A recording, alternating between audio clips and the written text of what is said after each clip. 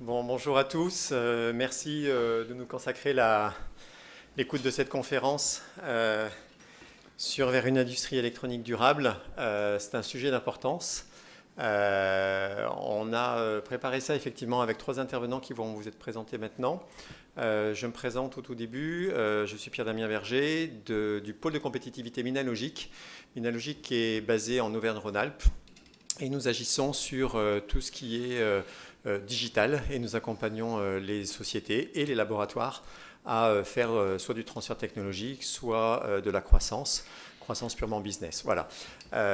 Dans ce cadre-là, on a 470 adhérents basés en Auvergne-Rhône-Alpes, mais également un peu partout en France et même parfois en Europe, avec des collaborations européennes sur des clusters qui sont nos cousins, j'allais dire, dans les autres pays européens. Voilà, donc aujourd'hui j'ai le plaisir d'accueillir trois conférenciers. Donc Léa Di Liccio, directrice de recherche au CEA Leti, donc un laboratoire de recherche. Le CEA est national, le Leti est basé à Grenoble, et elle nous expliquera effectivement le programme Éco-Innovation qui a été mis en place.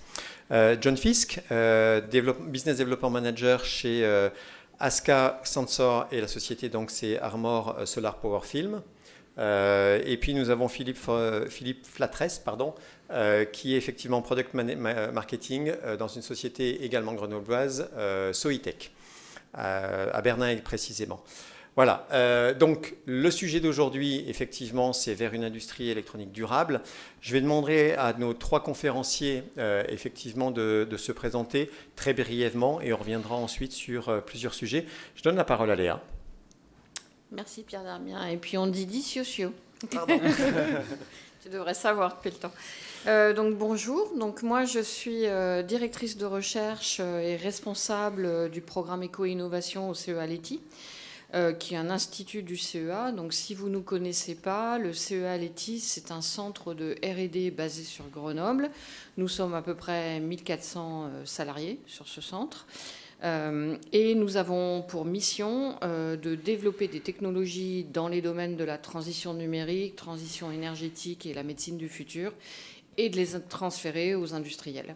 Voilà, donc c'est assez court. Merci. John ? Voilà, donc je suis Business Development Manager pour ASCA, filiale du groupe Armor. Donc je suis issu d'une formation ingénieur avec des expériences professionnelles chez plutôt les intégrateurs de services et d'énergie dans le développement de solutions liées aux smart cities, aux smart buildings et à l'IoT. Et donc j'ai rejoint Armor en 2019, donc il y a un petit peu plus de 2 ans, justement pour développer ce nouveau marché d'organique photovoltaïque, et notamment sur le segment de marché Sensor pour dédié à tout ce qui est électronique. On y reviendra après. Et pour finir, Philippe. Bonjour à tous, je suis Philippe Flatresse, Product Marketing Manager à Soitec. J'ai rejoint Soitec en 2017, venant de ST Microelectronics. J'ai fait ma thèse au CEA il y a bientôt 25 ans. J'ai travaillé au CEA sur du SOI, donc je fais toujours du SOI 25 ans après, donc je suis tombé dedans quand j'étais petit. Et donc j'ai travaillé aux différentes sociétés, au développement de solutions pour du Bitcoin, pour des solutions IoT, pour de l'autonomous driving.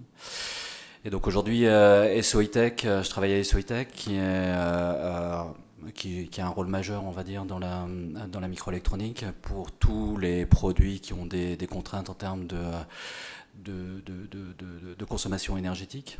Et donc une société qui a été créée il y a 25 ans. D'une pépite, on est passé à un joyau de l'industrie française, on dira aujourd'hui. Et on a 1800 employés qui travaillent sur les sites de Bernin en France, à Singapour et également en Belgique. Voilà. Ok, donc madame, messieurs, le thème du jour, c'est effectivement industrie électronique durable. Ce qui me vient à l'esprit quand on entend ce sujet-là, on voit que ça peut courir très large.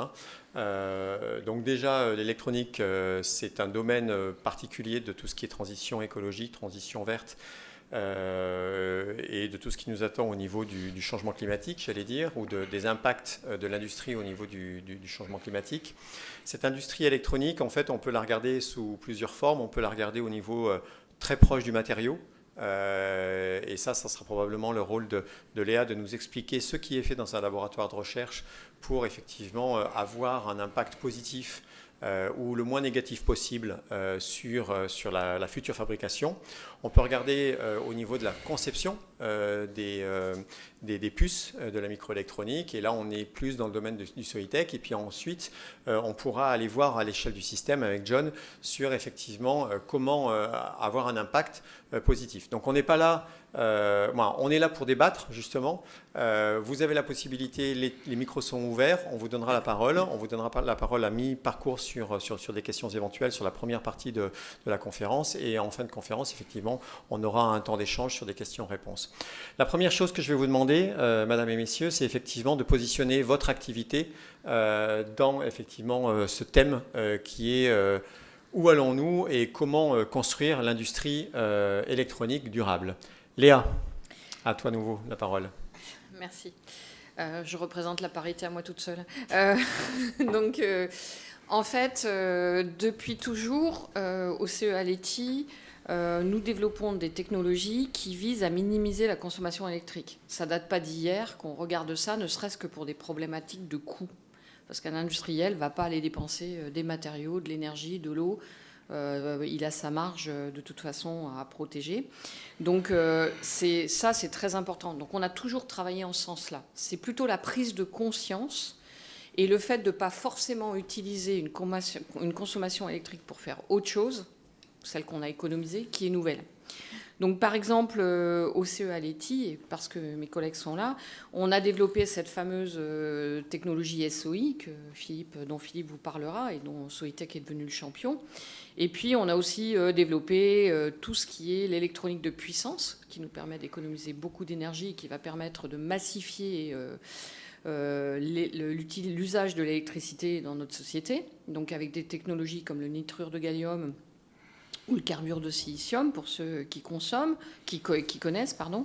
On peut aussi, par rapport au regard de ce que fait Amcor, on travaille aussi, par exemple, pour récupérer de l'énergie via des technologies vibratoires pour rendre autonomes des capteurs. Et on a eu un partenariat avec Legrand, qui a été relayé dans la presse. Mais on travaille beaucoup sur des technologies émergentes, parce qu'on est un centre de recherche, donc on travaille à 10 ans, à 20 ans, etc. Donc on est en plein dans l'intelligence artificielle embarquée, on est en plein dans le quantum, on est en plein dans la 6G, alors que la 5G n'est pas encore déployée. Et c'est dans ce cadre-là où on a mis en priorité la prise en compte, dès le départ de la R&D, de tout ce qui est impact environnementaux, impact sociétaux et impact économique, qui sont les fondements en fait, de l'éco-innovation. Donc c'est en fait au niveau de la recherche, c'est quelque part une véritable conduite du changement qu'il faut opérer, parce que tous nos chercheurs jusqu'à présent ont été formés pour la recherche de l'excellence et de la performance, pas forcément pour la recherche de l'économie de matière ou etc. ou de l'optimisation, du moins dès la phase de recherche. Souvent, on laissait ça à l'industrie. Il faut maintenant qu'on se l'approprie dès la R&D pour aider nos industriels à aller plus vite dans ce sens-là. Et par exemple, une des thématiques actuelles en recherche, c'est de diminuer l'utilisation de tous ces matériaux critiques dont vous avez entendu parler, tels que le nickel, le cobalt, etc., ce qui va s'intensifier avec la démultiplication des batteries, par exemple. Donc on essaye dans nos technologies de diminuer leur utilisation en allant sur des composants qui vont faire une monocouche et non plus quelques nanomètres. Donc ça, c'est vraiment de l'électronique extrême que nos chercheurs sont en train de développer, parce que sur le composant lui-même, le recyclage est très compliqué, parce que les matériaux sont tellement imbriqués que c'est pour l'instant inenvisageable au coût énergétique du recyclage lui-même. Donc c'est par exemple un des axes qu'on pousse énormément en ce moment. Léa, est-ce que tu es en train de dire qu'on peut faire mieux avec moins ? Et est-ce que la question qui est en lien avec ça, c'est est-ce que ça donne naissance à des brevets également ? Alors là, tu vas me donner la phrase de ma conclusion. Ben, je te la donne tout de suite, du coup. Oui, je crois très très fortement à la créativité des chercheurs. Ils ont toujours montré qu'ils étaient capables, quand on leur donnait un problème, d'arriver à le résoudre d'une manière ou d'une autre. Et puis c'est sous la contrainte qu'apparaît l'innovation. Pour ceux qui sont dans ce domaine-là, c'est toujours comme ça. C'est sous une contrainte que l'innovation apparaît, parce qu'on essaye de contourner la contrainte. Et donc, des brevets en éco-innovation, oui, ça sera des brevets techniques, ça sera des solutions techniques, parce qu'il faut différencier ce qu'on vous parle en termes d'éco-innovation, qui va être de la méthodologie, de la métrique et des choses comme ça, et de l'éco-innovation dans le technologique, qui va être comment on fait autrement, en prenant ça en compte dans le cahier des charges. Très bien. J'aurais d'autres questions a priori sur la compétition, mais on y reviendra dans un autre domaine. Je vais donner la parole à Philippe, Oui. qui effectivement fait suite dans cette chaîne, j'allais dire presque de la valeur, après les matériaux, après l'utilisation. Quid de la conception des puces? Et comment vous vous placez au niveau de cette direction de l'industrie électronique durable?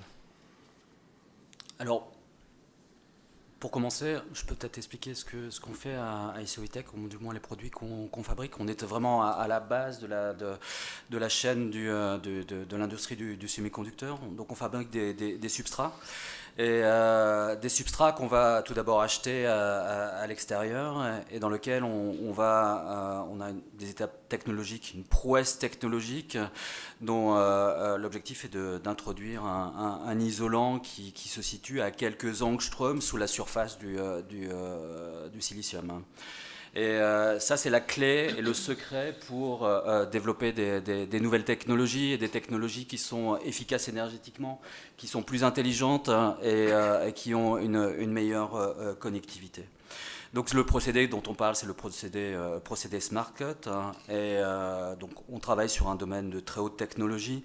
On travaille au niveau de la nanotechnologie, au niveau de l'atome. Et donc ces substrats qu'on fabrique vont être ensuite vendus à des fondeurs comme GlobalFoundries, Samsung ou ST Microelectronics qui vont fabriquer leurs produits sur cette technologie-là. Et ensuite fabriquer des produits finaux qui sont aussi, de par leur conception, plus efficaces énergétiquement et de par les procédés qui sont mis en place sur ces wafers-là. On a aussi des procédés qui sont plus simples et moins coûteux en termes d'énergie par rapport à des procédés équivalents qui sont développés par exemple en Asie. Donc on essaye de répondre au travers de nos produits aux enjeux techniques, aux enjeux économiques, aux enjeux sociétaux, en adressant les marchés comme l'IoT, comme l'automotive et encore la 5G. Et donc l'objectif pour nous, c'est de vraiment réduire la consommation dans ces produits-là au travers de nos produits.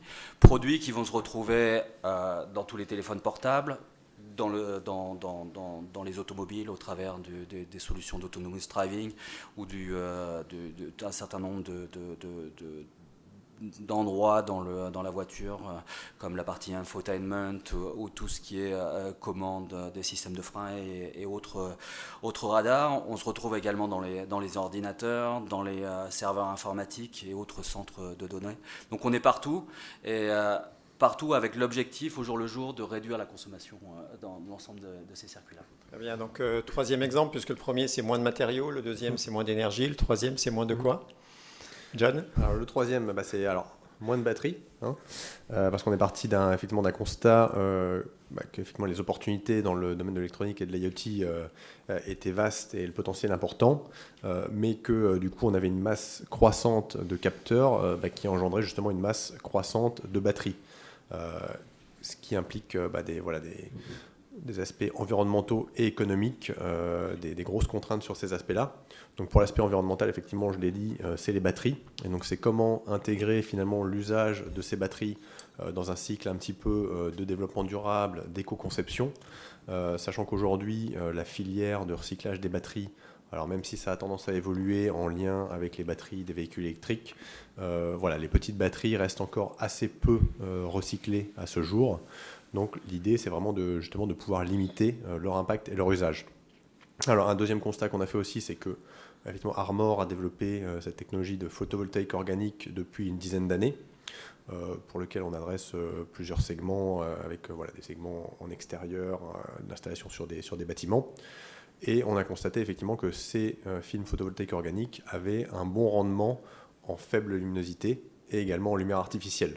Donc, ce qui nous a permis de dire pourquoi on ne pourrait pas adresser finalement un marché où on va installer ces films en intérieur. Et en intérieur, qu'est-ce qu'on a de plus en plus?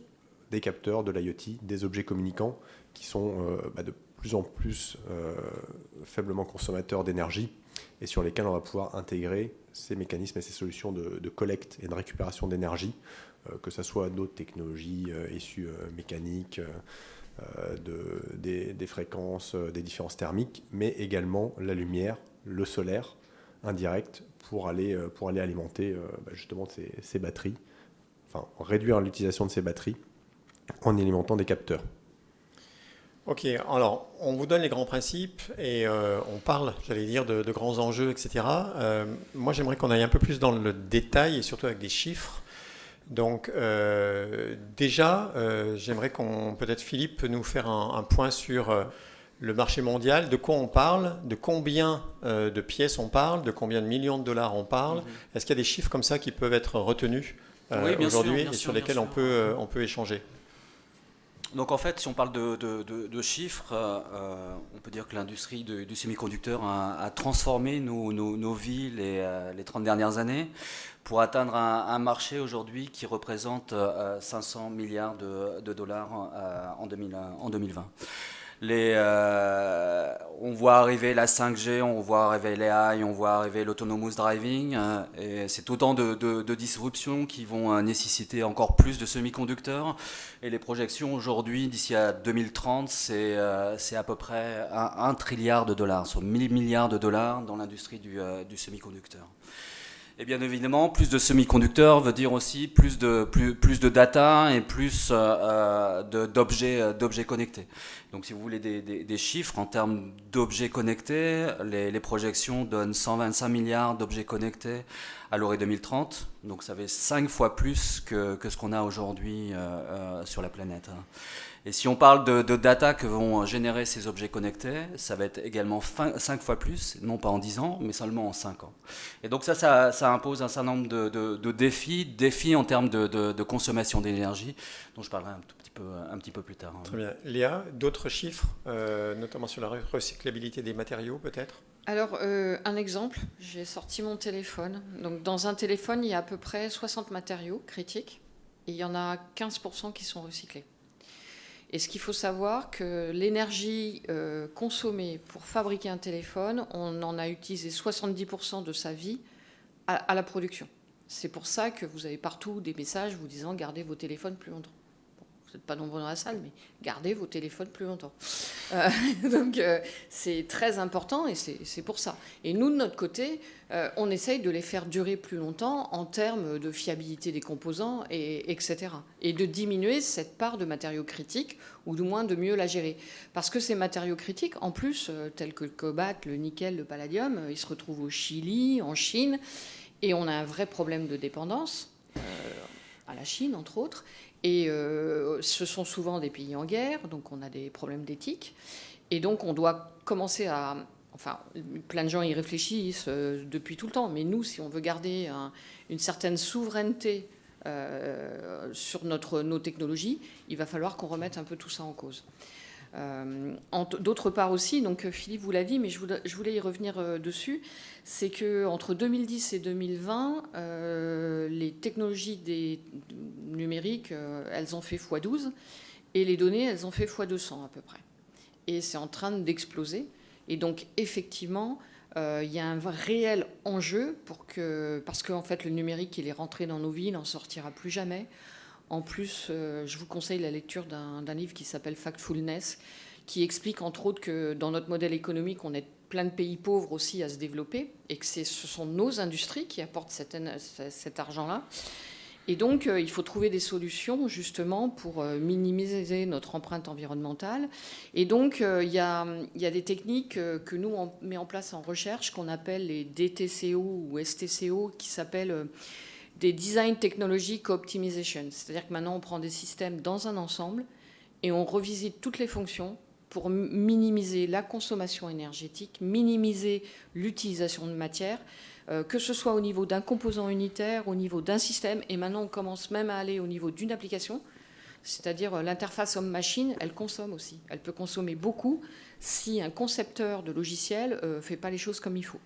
Donc on est en train de prendre tout ça comme un tout pour essayer de globaliser et de minimiser vraiment cette empreinte.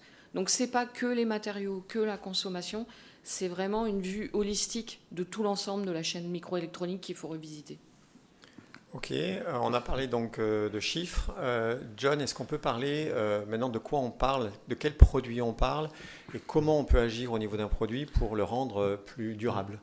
Ouais, alors j'ajouterais peut-être pour la partie chiffres, effectivement, qu'en complément sur les batteries aujourd'hui en Europe, donc, qui est plutôt considéré déjà comme un bon élève, on a moins de la moitié des batteries qui est effectivement recyclée, 46% exactement, et une obligation légale, par exemple sur les batteries lithium-ion, qui n'est que de 50% de recyclage, là où on a 90% sur le plomb. Et sachant que le recyclage d'une batterie lithium-ion, ça reste très énergivore, mais on a quand même dans une batterie une multitude de matériaux rares et toxiques, que ce soit du cobalt, du lithium, du cuivre, du nickel ou des terres rares. Donc il y a vraiment un gros enjeu sur ce sujet de limiter. Après, pour rendre effectivement des devices électroniques, des équipements, des objets connectés un peu plus durables, alors c'est sûr qu'on a aujourd'hui fait beaucoup de progrès dans l'électronique en termes de consommation énergétique.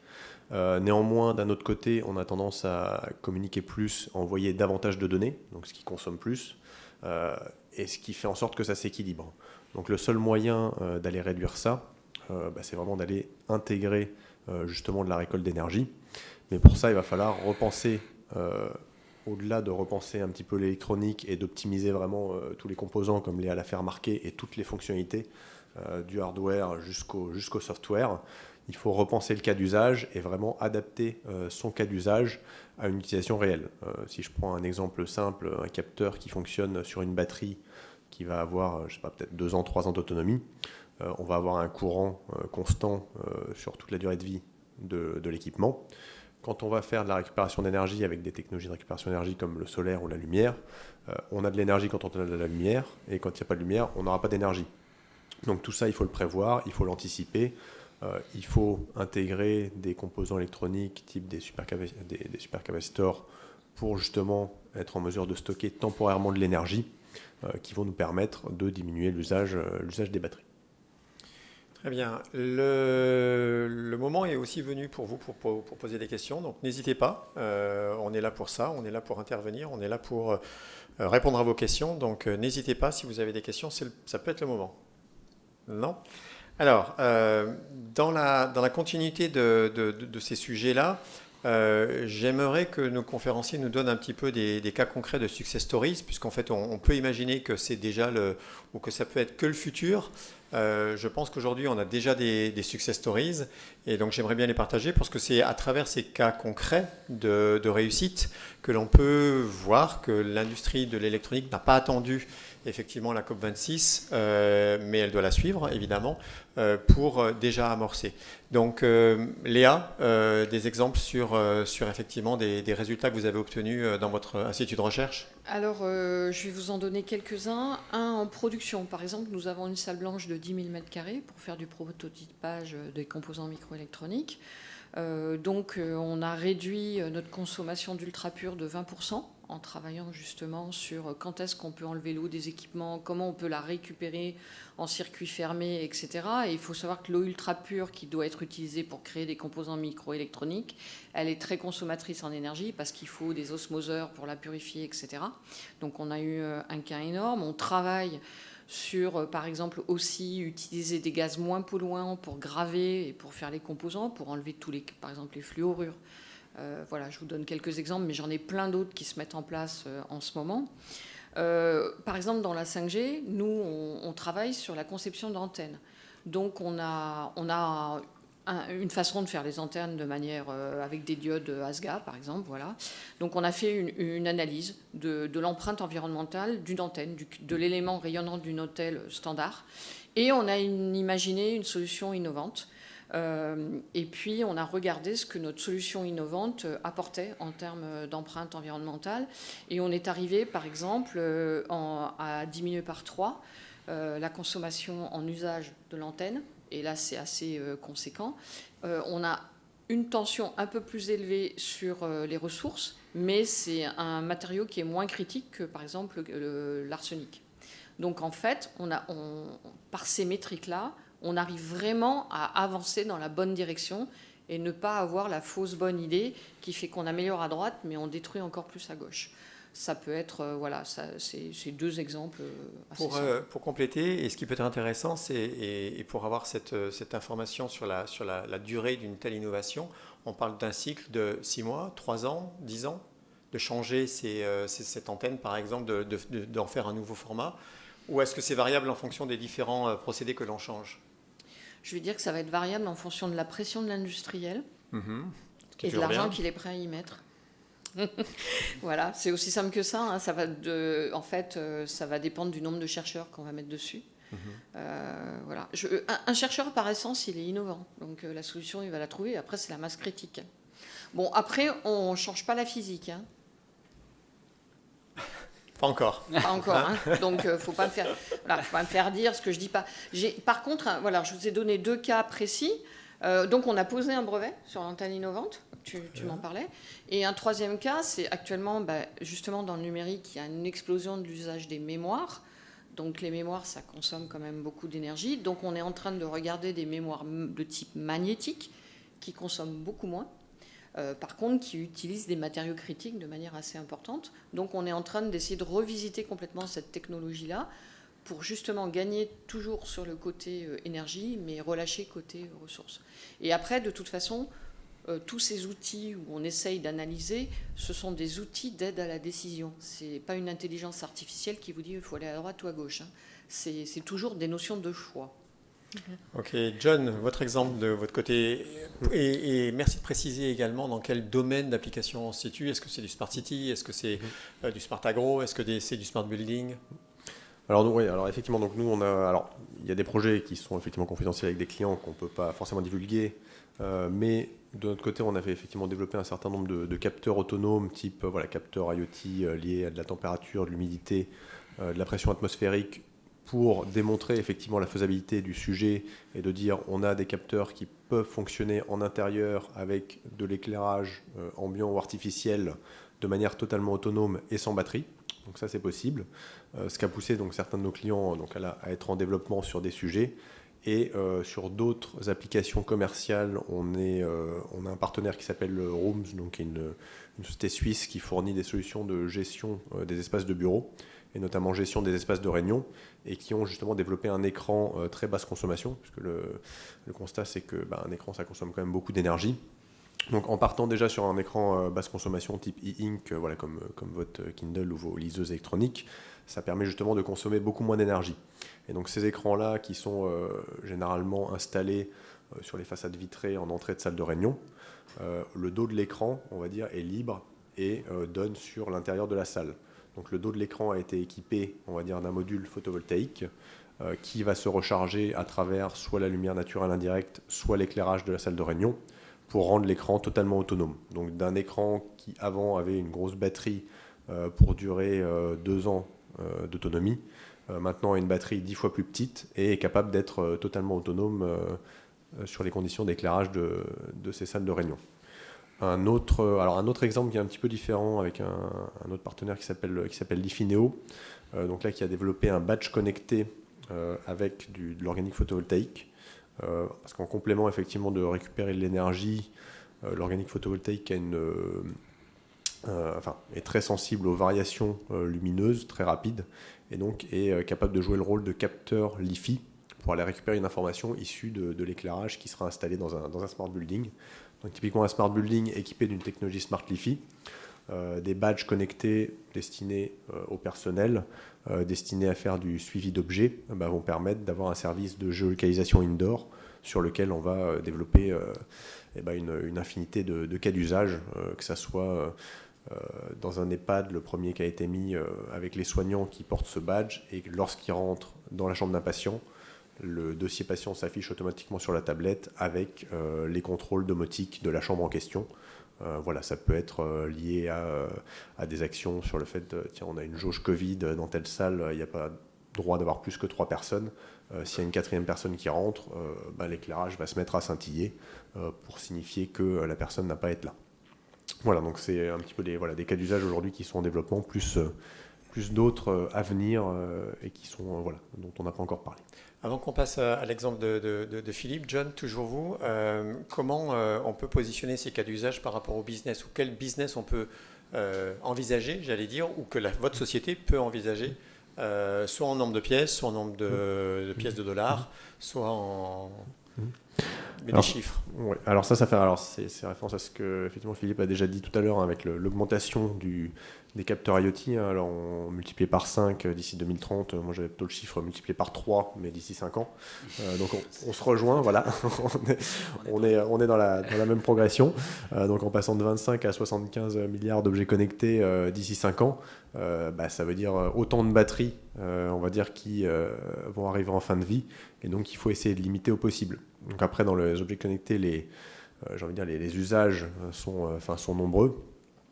Les cas d'usage intéressants, effectivement, en intérieur où on a de la lumière, ça peut être de la domotique, ça peut être du marché lié à la sûreté-sécurité, ça peut être du tracking d'objets, tout simplement, que ce soit en intérieur, en extérieur, ça peut être du tracking de bétail, d'animaux sauvages.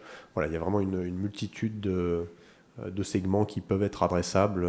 Il n'y a pas vraiment de limite aujourd'hui, j'ai envie de dire, à ce qu'on peut être capable de déployer, mais ça sera plutôt à terme, effectivement, en dizaines ou centaines de millions d'unités. Très bien. Philippe, même combat, même punition, success story et business. Autour du SOI, je pense que la success story, c'est une petite innovation française qui est aujourd'hui reconnue au niveau international et reprise par des grands fondeurs comme Global Foundry ou Samsung, comme je le disais tout à l'heure. Mais ça se traduit aussi par des produits développés chez ce qu'on appelle les Tier 1. Je prendrai par exemple l'exemple de Sony.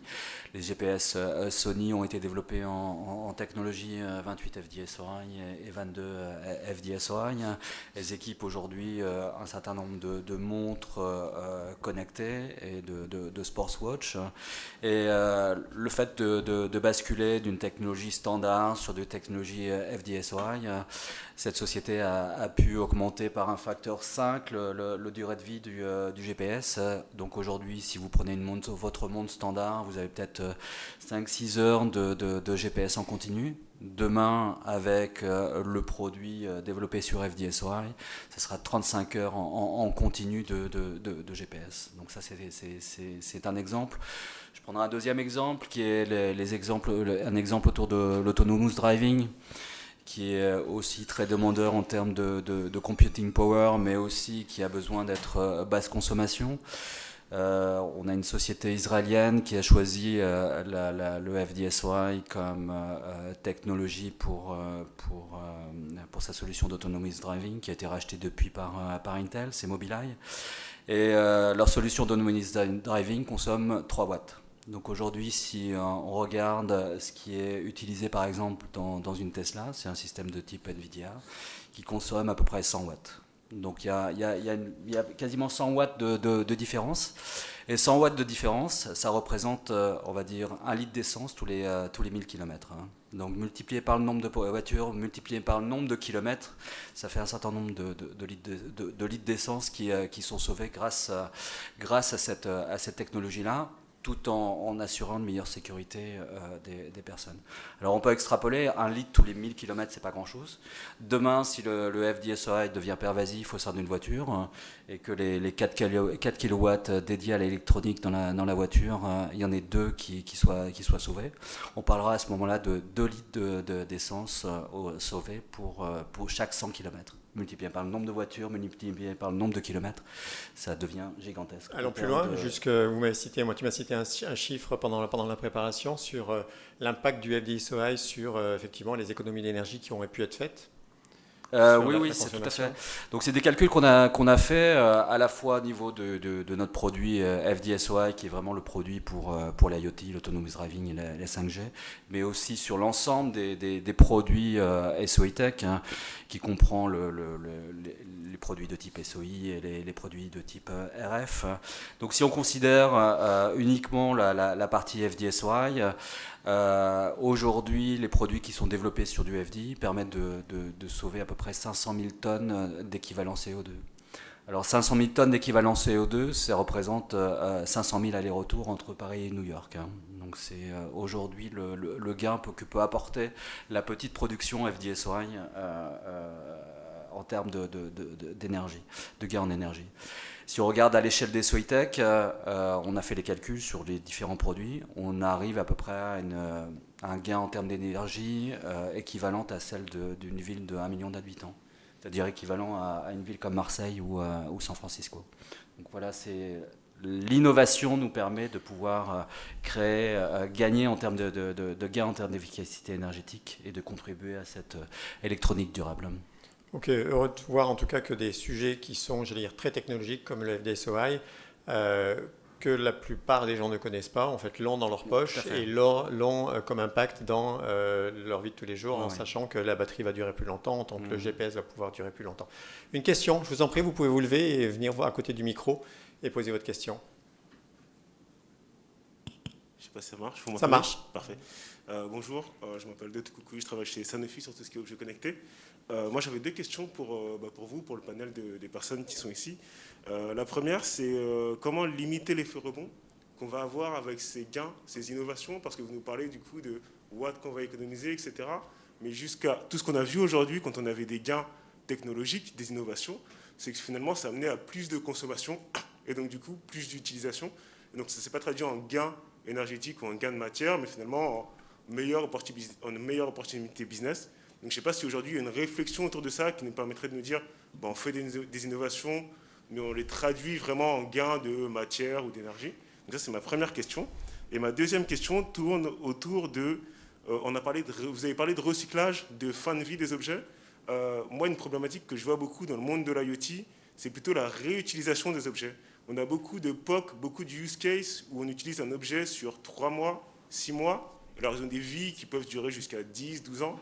Mais je vois très peu de cas, très peu de circuits où on réutilise finalement ces objets qui sont finalement pas en fin de vie, qui sont réutilisables, mais qui sont jetés. Ok, donc deux questions. Qui veut rebondir sur effectivement la balance quelque part entre le nombre l'innovation qui augmente le nombre d'objets et puis l'innovation qui baisse la consommation de ces objets? Où est la balance? Qui veut oser répondre? Moi, je veux bien essayer. Léa? Je vais essayer de répondre sur les deux, déjà, de ma vision. Donc, l'effet rebond, effectivement, c'est une vraie problématique. Je suis d'accord avec vous, c'est l'effet numéro 1. En fait, le problème, c'est que là-dedans, on est en plein débat d'idées et tout le monde est en train d'essayer de comprendre cet effet rebond. Donc, déjà, il faut le comprendre avant de le combattre. Donc que ce soit des gens comme le Shift Project, etc. Donc moi, je suis en lien avec beaucoup d'économistes qui travaillent autour de ça pour essayer de comprendre si au niveau de la technologie, on a quelque chose à faire autour de l'effet rebond.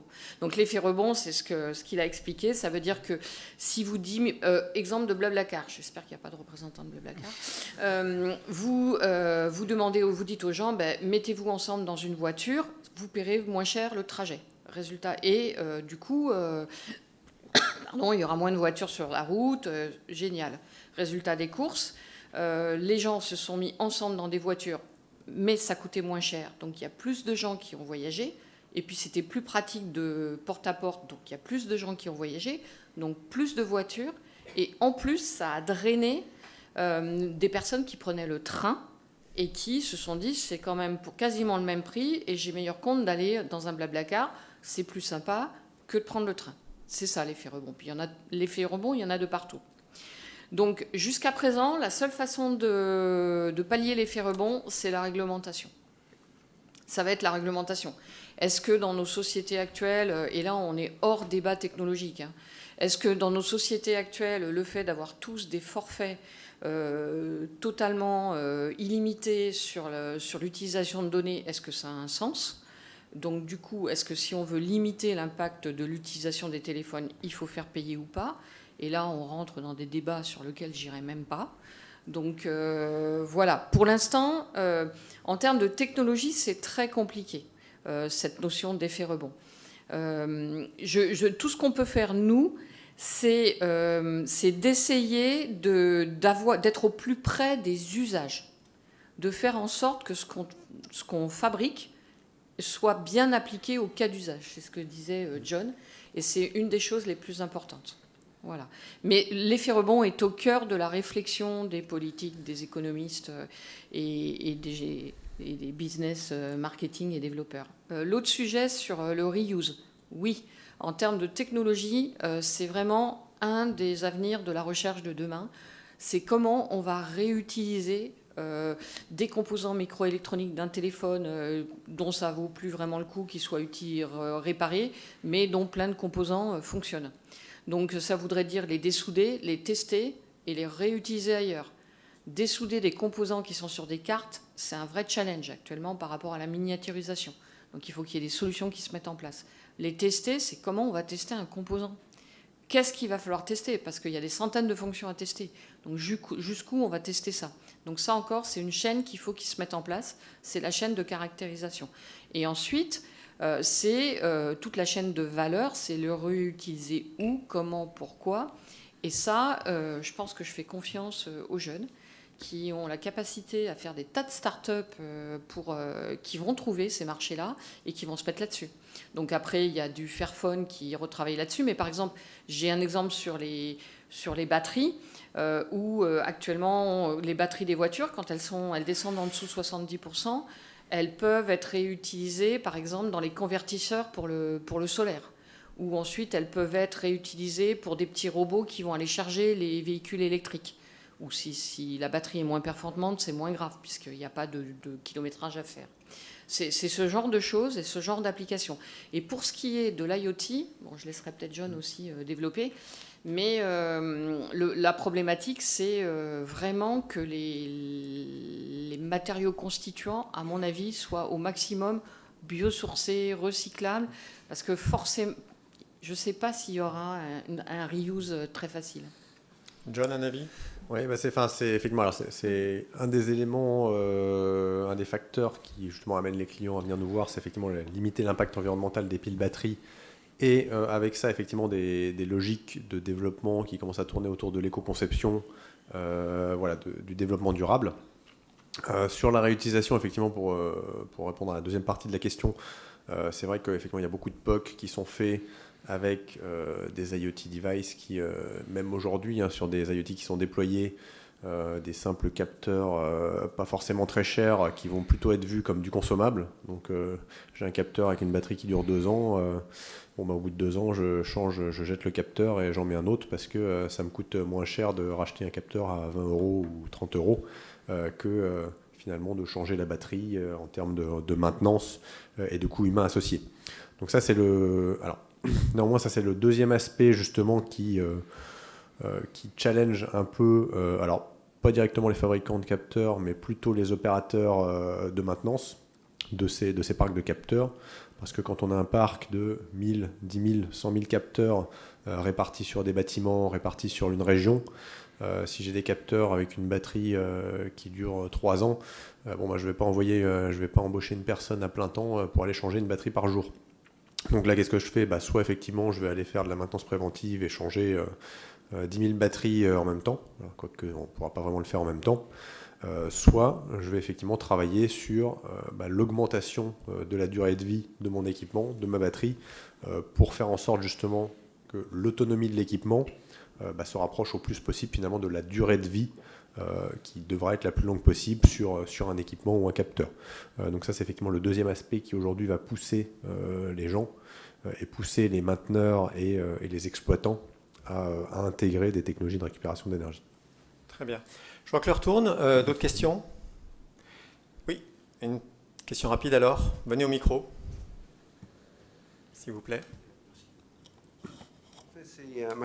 Ma question, c'est dans le sens du IoT. Tout à l'heure, on parlait de chiffres, une augmentation multipliée par 3, multipliée par 5. C'est une question un peu de base. C'est quoi l'impact sur la santé en fait de la multiplication on parle de millions en fait de capteurs, soit dans les maisons, soit dans les bureaux, soit dans les industries. Avoir le corps humain qui est exposé en fait en permanent à toutes ces fréquences, tous ces signaux. Ça c'est ma première question. Ma deuxième question c'est par rapport en fait aux panneaux solaires organiques. On a parlé en fait recyclage des batteries par rapport aux panneaux solaires aujourd'hui.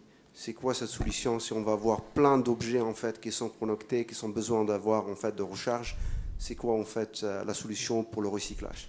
Alors moi, je vais me permettre de dire que la première question, en fait, elle n'est pas tout à fait dans le cadre et je vais vous faire une réponse. En fait, je veux bien en discuter après vous, moi, après la conférence. Ici, on est des technologues, d'accord? Et ce genre de questions, en fait, dépendent de gens qui sont liés à la médecine et qui peuvent vraiment vous répondre sur ce côté-là. Donc, sauf si quelqu'un veut se risquer à répondre, moi, j'aimerais bien qu'on passe à la deuxième question sur la recyclabilité des panneaux solaires. Alors moi, je veux juste commenter, parce que j'aime pas laisser un point dans l'ombre. Juste, en fait, il y a des études sur les radiations de tous les composants qui sont faites. Il y a des gens qui regardent les éléments rayonnants, etc., dans les cadres des projets europééens. Donc ça, on a une métrique qui est faite. Et on sait traiter ce genre de choses. Et après, pour tout ce qui est rayonnement ionisant sur l'humain, il y a à peu près tout et n'importe quoi actuellement qui est dit sur ce sujet-là. Et juste pour terminer, voilà, on ne peut pas répondre pour l'instant. C'est en plein dans... C'est comme si vous nous demandiez l'efficacité du vaccin versus la dangerosité. On est à peu près dans le même débat. Voilà, donc sur le sujet effectivement donc, du photovoltaïque organique, alors aujourd'hui c'est une solution qui est dite bas carbone parce qu'effectivement on a besoin de très peu d'énergie pour la produire. Donc, comparativement à du photovoltaïque silicium, alors on a effectivement calculé qu'on avait un temps de retour énergétique qui est de l'ordre de 3 mois, comparé au silicium qui est de l'ordre de 1 an et demi à 2 ans. Alors, temps de retour énergétique, ça veut dire le temps que le module photovoltaïque va mettre à produire l'énergie qui a été nécessaire à sa production. Donc, voilà. Après, sur le photovoltaïque organique, on reste sur des polymères organiques, de la chimie organique. Donc on n'a pas de matériaux rares ou précieux qui sont intégrés. Et l'ensemble est intégré dans un cycle de revalorisation thermique en fin de vie, qui va permettre d'alimenter de l'industrie notamment. Allez, on va conclure. Je vais vous demander en une phrase de 1 minute moins de conclure. Je donne la parole à Philippe. La conclusion sur alors, soit l'excellence que vous avez développée, soit sur les challenges, soit avoir des solutions à des challenges, à savoir des innovations en préparation chez Soitec. Alors, sur l'aspect innovation en préparation, donc on continue notre aventure sur le FD-SOI et tout à l'heure je parlais de l'insertion de ces isolants sous le silicium à quelques angstroms. On essaye toujours d'optimiser ça et de venir à quelques angstroms de telle manière à continuer à optimiser l'efficacité énergétique, meilleure connectivité, plus d'intelligence. Ça, c'est une direction. Il y a un autre type de produit qui est très important pour l'électrification, c'est l'introduction des technologies de type silicon carbide, qui est un des matériaux clés pour l'alimentation des voitures, et qui aussi permettra un fort gain en termes d'efficacité énergétique. Et donc, pour terminer, ce que je voudrais dire, c'est que quand on parle d'efficacité énergétique, beaucoup de gens pensent optimisation avec du software, etc. Mais je pense que l'efficacité énergétique aussi se prend sa source au niveau du substrat, au niveau du hardware. Et je pense qu'il faut optimiser l'ensemble de la partie hardware jusqu'au software, jusqu'à l'application, pour être vraiment complètement optimal. Voilà. Bien. John, votre mot de conclusion. Oui, alors effectivement aujourd'hui l'idée ça reste bien d'aller accompagner les early adopters sur l'intégration de ces solutions et de ces technologies vraiment pour sensibiliser l'ensemble des fabricants et l'ensemble du domaine de l'IoT. Donc c'est trouver les bons cas d'usage. Et pour ça, donc aujourd'hui, c'est une rupture le produit, la solution ASCA, ça reste une rupture d'innovation française, donc qui a été mise en œuvre par une ETI française, Armor, qui est aujourd'hui basée à Nantes, Et depuis 2010, en fait, Armor s'est attelé justement à développer cette technologie d'organique photovoltaïque, finalement en transformant son savoir-faire pour le mettre à disposition de la transition énergétique. Donc c'est issu de nombreux brevets qu'on développe. Et voilà, et on espère que ça sera également un futur champion comme Soitec sur cette partie-là. Et la meilleure chose qu'on puisse nous souhaiter, je pense que c'est que grâce à vous, les solutions ASCA soient mises en lumière, justement. Très bien, merci. Léa Di Cioccio, pour finir, le mot de conclusion. Alors, c'est moi le mot de conclusion. Bon, écoutez, sur notre excellence et les innovations, je vous en ai beaucoup parlé. Moi, je voudrais parler un peu plus personnellement. C'est-à-dire que moi, je suis vraiment un pur produit de la recherche et développement. J'adore la technologie, j'adore l'innovation. Je suis tombée un peu dans ces enjeux climatiques il y a quelques années. Et en bonne chercheuse, j'ai la notion du doute. Donc je suis rentrée à fond, c'est-à-dire je me suis fait des MOOC, j'ai regardé Jean Covici à l'école des mines, j'ai regardé les climatologues, j'ai regardé un petit peu tout. Et s'il y a bien quelque chose dont je me suis rendu compte, c'est qu'il manquait de métrique. On a un peu du mal en ce moment à savoir de quoi on parle. Les enjeux climatiques, ils sont clairement là, on les voit. Mais combien ça coûte un email quand il voyage à travers la planète ou combien une technologie économise vraiment, etc., on ne sait pas. Et donc, pour ma fin de carrière, puisque je ne suis pas toute jeune, je me suis donné comme ambition de travailler là-dessus, de travailler sur toutes ces métriques dans mon domaine, qui va être le domaine de la technologie, et d'essayer de faire évoluer tout ça et de le faire rentrer dans notre recherche. Voilà. Donc ça, c'est quand même... je pense que les industriels nous tirent beaucoup. Ils sont très demandeurs. Eux, ils sont tirés par la réglementation.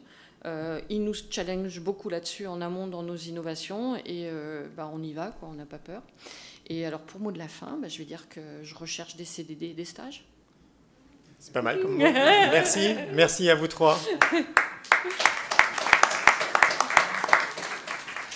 Bon salon Sido pour la suite.